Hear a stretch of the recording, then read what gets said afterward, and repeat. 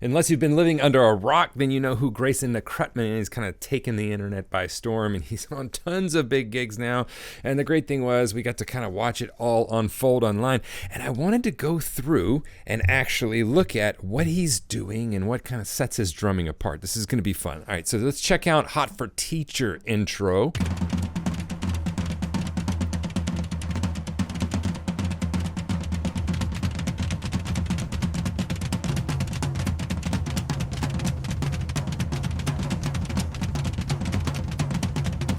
I love the suit.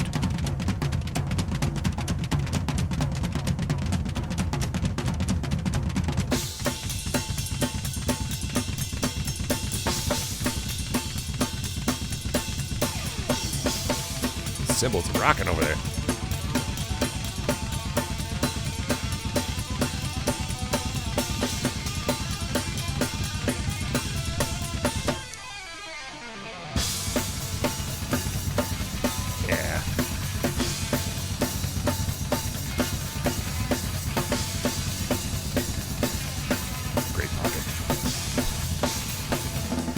All right, so first off, you're gonna totally miss what's happening in the feet. I mean, obviously we all know this intro. It's a very famous intro, so don't miss what's happening in his feet. There's a ton going on in there while he's doing the floor tom. But I want to talk about pathways of motion. This is a really great opportunity to talk about what's going on there in our playing, because we don't really focus on that enough. And that is the path that you are taking to hit the drum or cymbal to make the sound that you want, and how that affects the groove. So let's go back here to where he goes to the ride cymbal, and that's a really good example of just a pathway of motion that he establishes.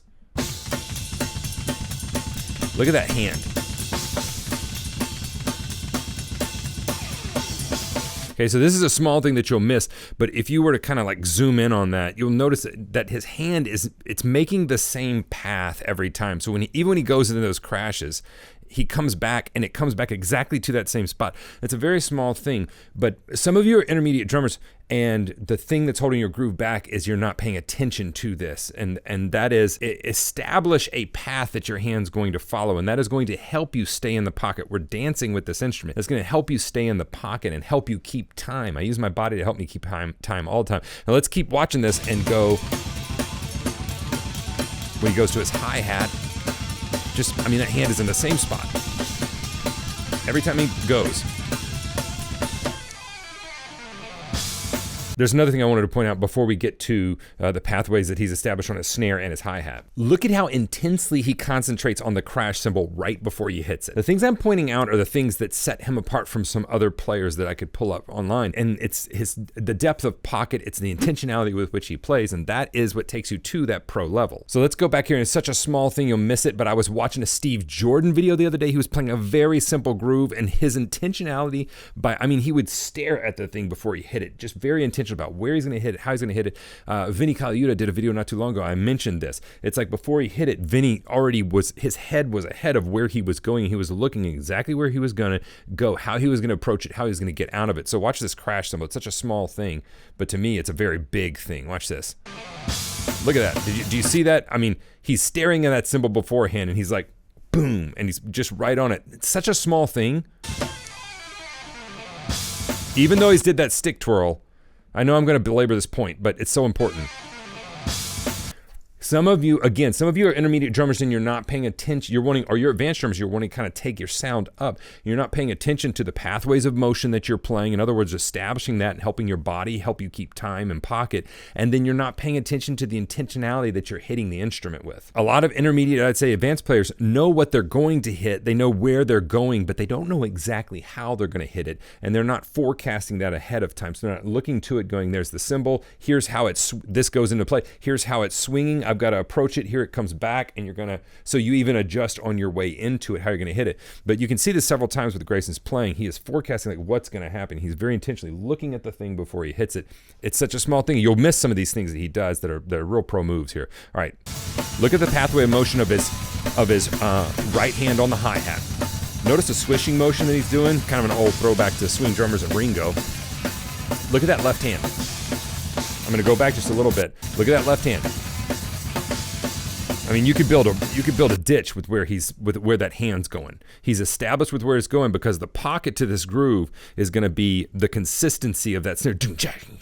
I mean, he's just slamming it in there. So it's a great example of the pathways of motion and then being intentional with where you're hitting it. And I can point to so many great drummers. I just said two, Steve Jordan, Vinny Colaiuta. I can point to others. It's very intentional with how they're hitting it. And before they get to it, they're already forecasting, like, I'm about to hit you. Here it comes, you know? All right, let's check out Greyson's gig that he's on right now, Sepultura. I love that we go from him playing Hot for Teacher in a coat to him playing with Sepultura. This is Movie Star Arena in Chile.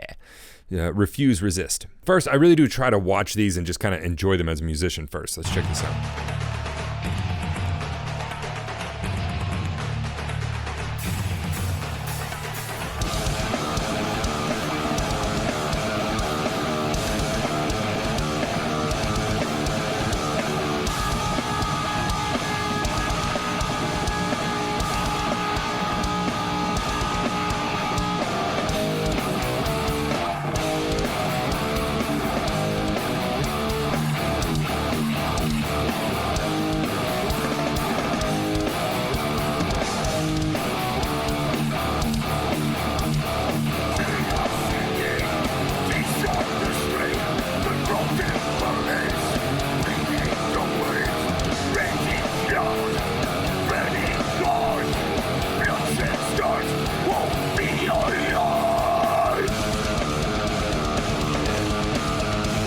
Give him the business.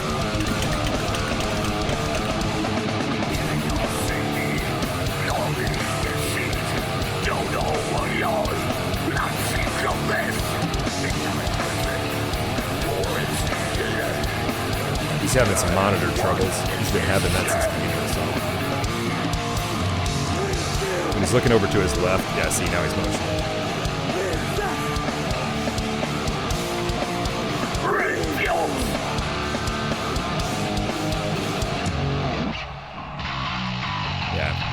You can't hear the bass.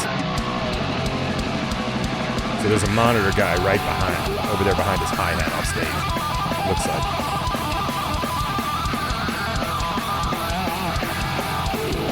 Oh, we're going to talk about this part.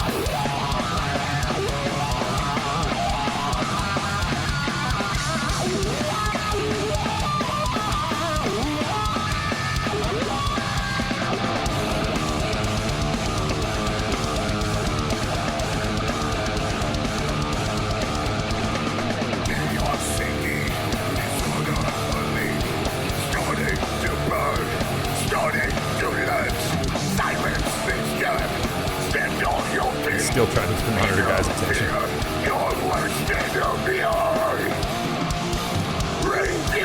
Let me hear you.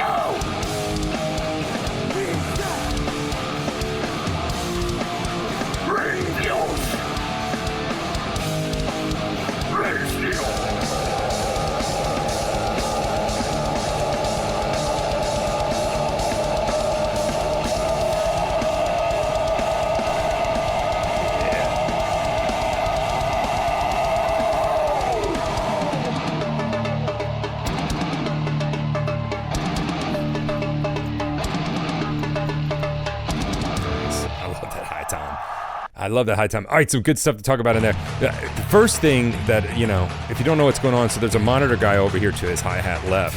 And whenever you're having problems, you're looking over there trying to see if they're looking at you because they're managing the whole stage usually. So you'll see him look left several times. It's not a normal place to look because there's really nothing happening over there. So when you see him glancing left and kind of staring, see that? He's actually trying to get their attention. You can see it mid-song whenever he can't. Apparently the bass was not loud enough. All right, going back to the concept we were just having with the pathways of motion when they go into double time. Let's get back there. Watch how this locks in. So watch his hi-hat, watch his snare hand. The same thing that we were just watching on the video before. Watch how those lock in. It's the same motions. And then watch when he goes to the crash cymbal. Look at that. Okay, look at this crash cymbal. So he's wailing on that crash cymbal, but he is in the same path. Now what's happening there is that also affects the sound of the cymbal when it's coming out. So you're looking for, even though it's like, oh yeah, it's crazy, crash rock. Sure, we're crash riding, but you want a consistent sound there. And the way to get that is to dance with that cymbal, because depending on how tight the wing nut is, how taut the felt is, how much bounce it is, how big the cymbal is, it dances with you differently. And so you have to watch where it's going, and you'll see him establish that where he's getting a very consistent sound on that crash ride. And that's the thing that sounds different between a pro and just the band that you hear at your local bar, right? Those are the things that you begin to pay attention to and that sound different. The same thing whenever he's over and locks into double time, that snare, I mean, it immediately locks in, and it's traveling that same path. As well, I got to point out like how hard he's playing and how easy he makes this look. We will talk some about his technique here in a minute, because you have to. He's got great technique. But when you're looking at what's going on with his playing, he plays with such ease. When you play this side, you're gonna crack some cymbals, you're gonna bust some heads, but I guarantee he's doing it less than a lot of players would do, because of how he's approaching the cymbals, how he's hitting them, how he's establishing and working with the cymbal and playing in a relaxed way. And he's also got a glove on that left hand, which is a different thing. I would bet he's got some blisters happening there, is probably what's going on there. I don't know. All right, and next up, I love that we can go from Sepultura to Sing Sing Sing in a bow tie and a suit. This makes my day. What I love is he nails it. He's going to nail it stylistically on every count that you go to. That's something that we're going to start talking about, because his historical knowledge of the drum set is very impressive. Let's listen to it first, though. You got to remember, this was the pop music of the day. This was the rock music.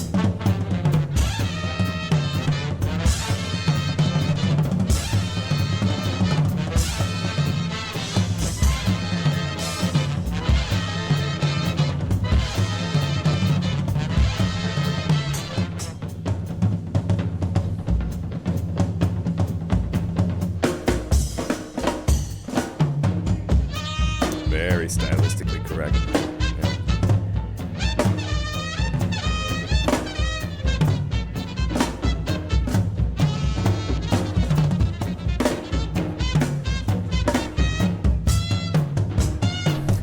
Love the splash.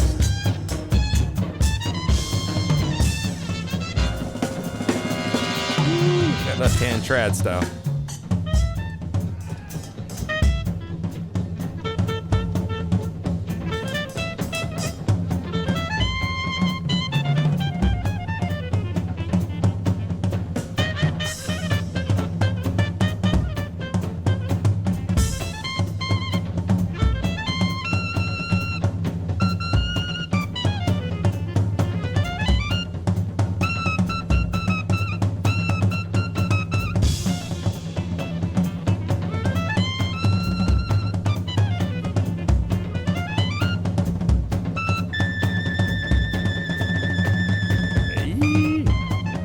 Ton of business.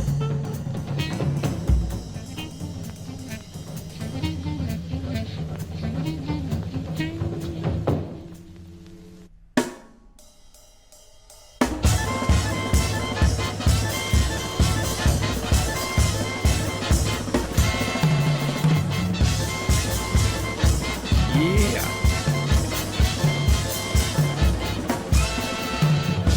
Okay, so let's talk about Sing Sing Sing. I actually learned this groove on a cardboard box. It was a drum lesson the teacher gave me. He'd already packed up his drums. He was moving for another gig, and I had a show coming up, and he taught me this groove on a cardboard box. One of the best lessons I've ever had. It just kind of showed how easy it is to learn the drums. Just pick this up and let's start. So there's a lot going on here, stylistically correct for this. If you've studied this style at all, which I have at length. So I have a degree in jazz studies, which is worth whatever the paper's worth, I guess, right? It just means that I spent a lot of time studying and playing this music for a period of my life. And everything from the setup here, so we've got stylistically correct setup with splashes, we've got, stylistically correct tuning, how he's approaching the drums, how he's muting them, how he's muting the toms, hitting the splashes and muting them, doing a little bit of ride there, the fills that he is doing, the showmanship that's going on there. I mean, this was the vaudeville area. This was rock and roll of the time. So you had Gene Krupa Buddy Rich, Big Sid Cat, like all these cats. It was like, it was put on a show. Give them what they paid for, Gene, right? It's like give them a show as well. And so that's what's happening here. But there's so much going on here, and that's what I appreciate about Greyson's playing, is that you can tell that he's gone back and not only learned this stuff, but taken the time to go back and actually study what is going on and why it's going on and how to recreate that stylistically. The fills are spot on. He's not throwing in all these modern licks, all these blushes and things like that. He is staying very stylistically correct for the time period. And I messaged him about this a couple of years ago, and I said, look, man, I just want you to know as a teacher, I very much appreciate what's going on behind the scenes here that nobody's going to be talking about, and that is the time you have put into this instrument to learn it, to study it, to study the history behind it, then try to replicate that and not just blow over the top of it, but really try to replicate, like, what does Sing Sing Sing sound like? What was Krupa playing? Why is that important, and how did that affect things down the road? We had a great conversation about it. Okay, so let's talk about the left-hand traditional technique that he is using. Not used a ton, was used back then. If you're looking for a cat to follow as far as like the correct way to be doing this in a modern way on the drum set, Greyson is one of the guys. You'll notice that whenever he goes to the single stroke rolls, which are very impressive with how fast he's playing, and they look effortless, and that's just technique at play there. You can see at times that his hand starts to open up where he can utilize the fingers happening there. He's utilizing rebound there. He's not trying to force it down and use all wrist. You'll notice he's using a very large internal and external rotation of his wrist. So a lot of people think the biggest movement we can do with our wrist is this, right? French grip. That's the reason why it's a little bit, our French position is a little bit not as strong as maybe a German position, thumbs to the side instead of thumbs up. But the least distance our wrist can move is this. This, a lot of people think is the most, but it's not. It's the internal, external rotation of the wrist. That is the biggest motion that wrist can do. And that is why traditional grip, you'll notice that he's not only using fingers here, he's not only turning over to get the fingers involved, which you have to do whenever you want to use the fingers, because the fingers are kind of on top of the stick there. It's a very excellent display of traditional grip technique. Another great guy that you can go check out is Klaus Hessler. Fantastic technician when it comes to, really match and trad. All right, now we're back to Sepultura. We got Territory happening.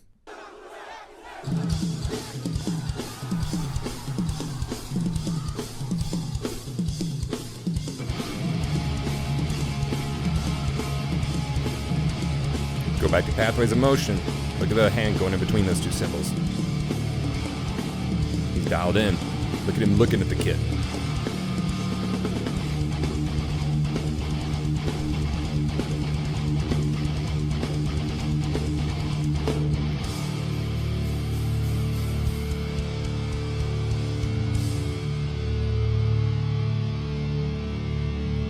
Using totally different drum heads on this gig too than he was on the last one. This is your fucking territory.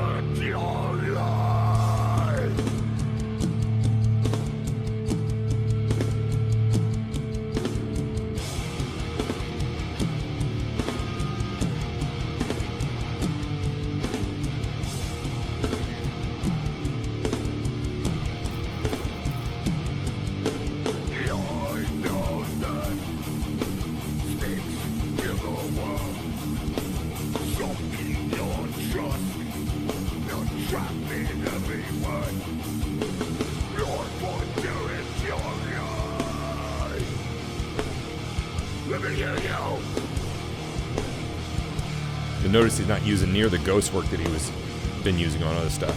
We'll talk about that in a minute.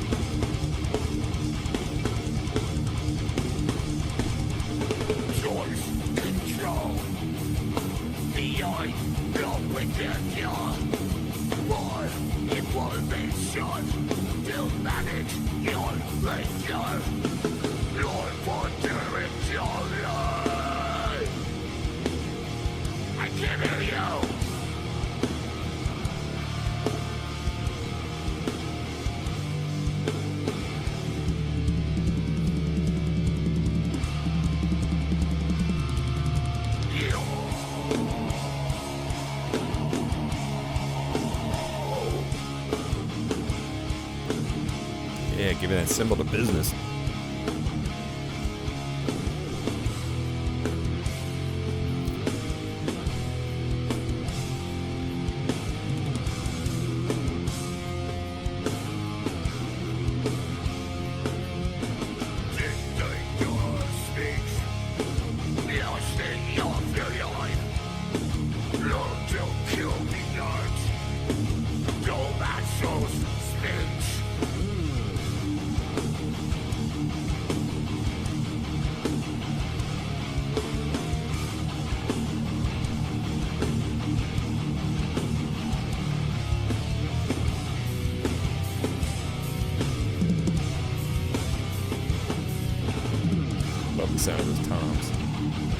tight.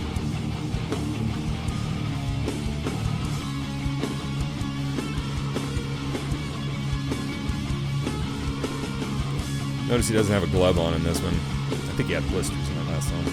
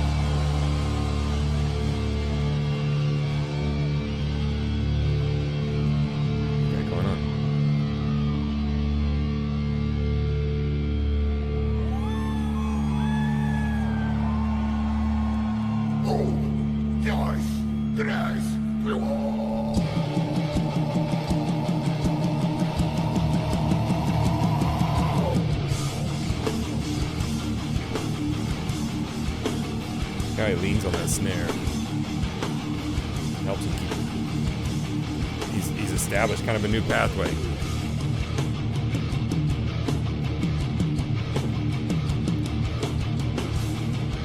Nice.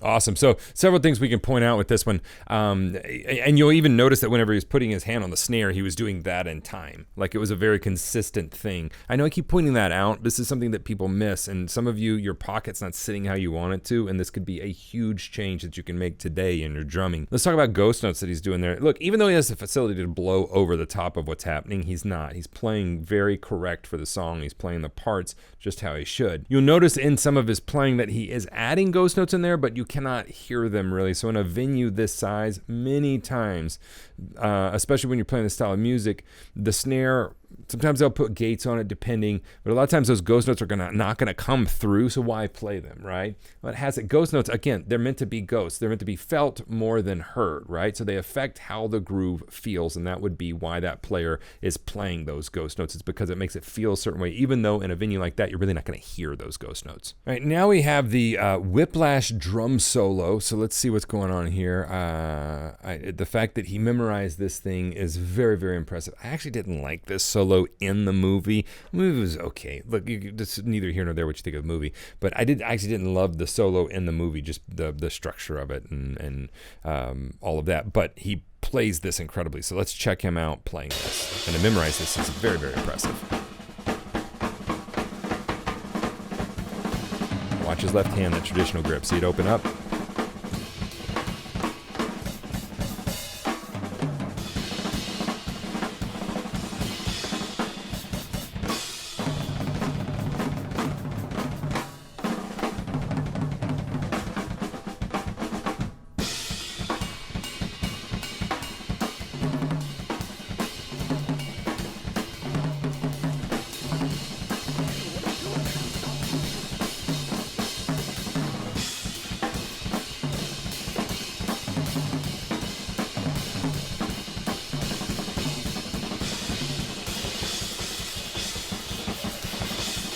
Look at that trad grip. He's got it completely open. Look at that.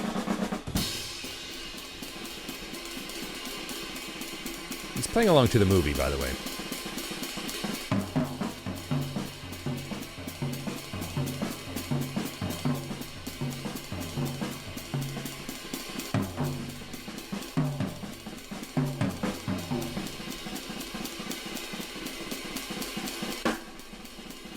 Come on, Miles, keep up.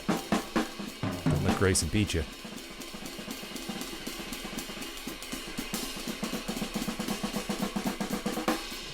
Okay, I want to keep this going, but check out what just happened with that left hand.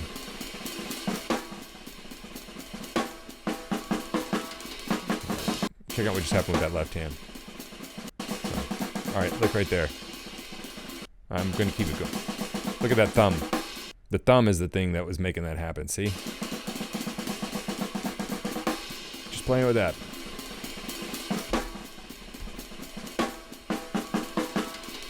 Okay. Oh, fancy. Thumb again.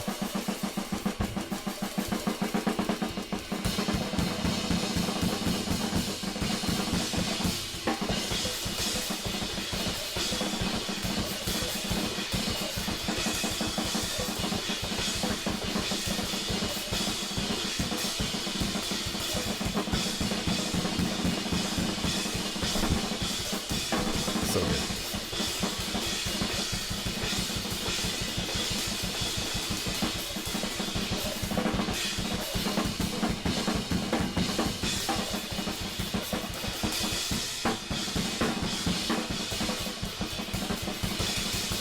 Guy's kind of creepy in the background there. Wiping his mouth.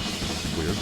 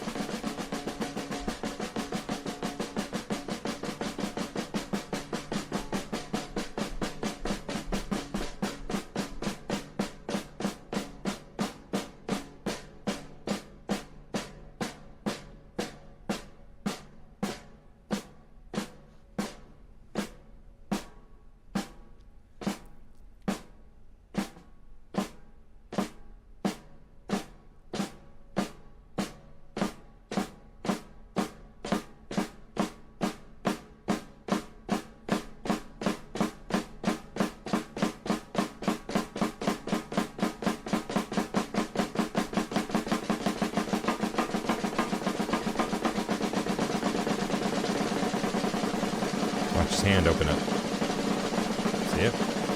It's your wrist movement here.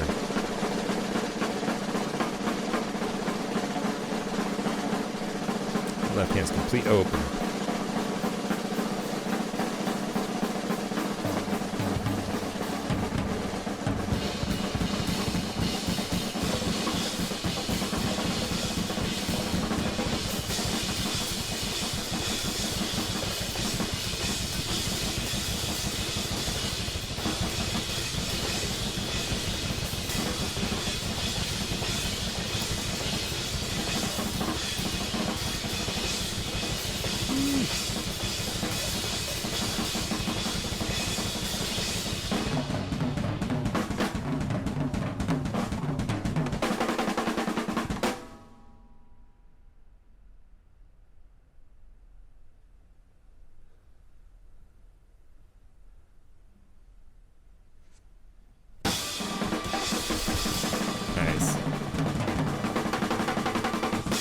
Nice. Okay, so who actually, first off, before we get to this, who actually played the drums in Whiplash is the thing. Like on the internet, you can go a mile deep on this, and a ton of people, well, you know, of course, Miles Teller is like, oh, I played the drums, and that may be true to a point in some of the practice scenes and stuff. I do believe he did play some of that stuff. He is an accomplished drummer himself. He did learn and has been playing, I think, long before the movie. But I believe his body double was Kyle Crane, and he did some of the scenes and the drumming that you will hear there. But then it's like, who did the drumming for the recorded part? And that ain't nobody saying nothing about, because you have even heavy cats like Peter Erskine who are kind of confirming, look, this seems to be a union player who, if you've never heard of the Musicians Union, you can go look that up. Used to be a bigger deal than it is now for film and TV. Not as big a deal now, but still relevant. Seems like a union cat that did a non-union gig, and so nobody's talking about who played. Now, there's rumors about who may have done it. Probably some big band journeyman. The top of the list would be like Clayton Cameron, Joe LaBarbera, Jeff Hamilton. Bernie Dreisel is one. I'd even believe in an interview he said he played them. But again, I don't know. And is this kind of an example of everybody's kind of kept their mouth shut? Because if that cat did play a non-union gig and he's gonna get like fined. And look, everybody want to keep their money in their pocket, so I say nothing. Just learning something like this is extremely impressive, and that's one of the things about Greyson. If you follow him on his YouTube channel or his Instagram and have over the years, the speed at which, and I spoke briefly with him about that in messaging, the speed with which he learns songs is so incredibly fast, and learns parts and learns them almost note for note. It's almost very similar to a photographic memory with music, but I don't think that that's something that he was born with. I do think that's something that he honed. He could say different, and he may have in interviews. That's something that he's honed. You can hone that ability over the time, kind of like perfect pitch. If you're not born with it, you can have relative perfect pitch, which it's almost the same thing, except you're not born with it, right? The same skill set. So this is a skill that you can work on and learn. And again, that traditional grip, it could be a master class, but over all of this, I just want you to understand how incredible, what an incredible amount of work a person has put in that can recreate stuff like this, then play the gigs that he is playing, like with Sepultura and several others in the world that he's playing, and do it all at such a high level. That's kind of why I pointed out some of the details of things that people may miss. Sure, we can geek out over single stroke rolls and over all of that stuff, but behind that, what's going on, that's always has always been the most impressive thing with Greyson to me. So keep it up, man. You're doing a great job.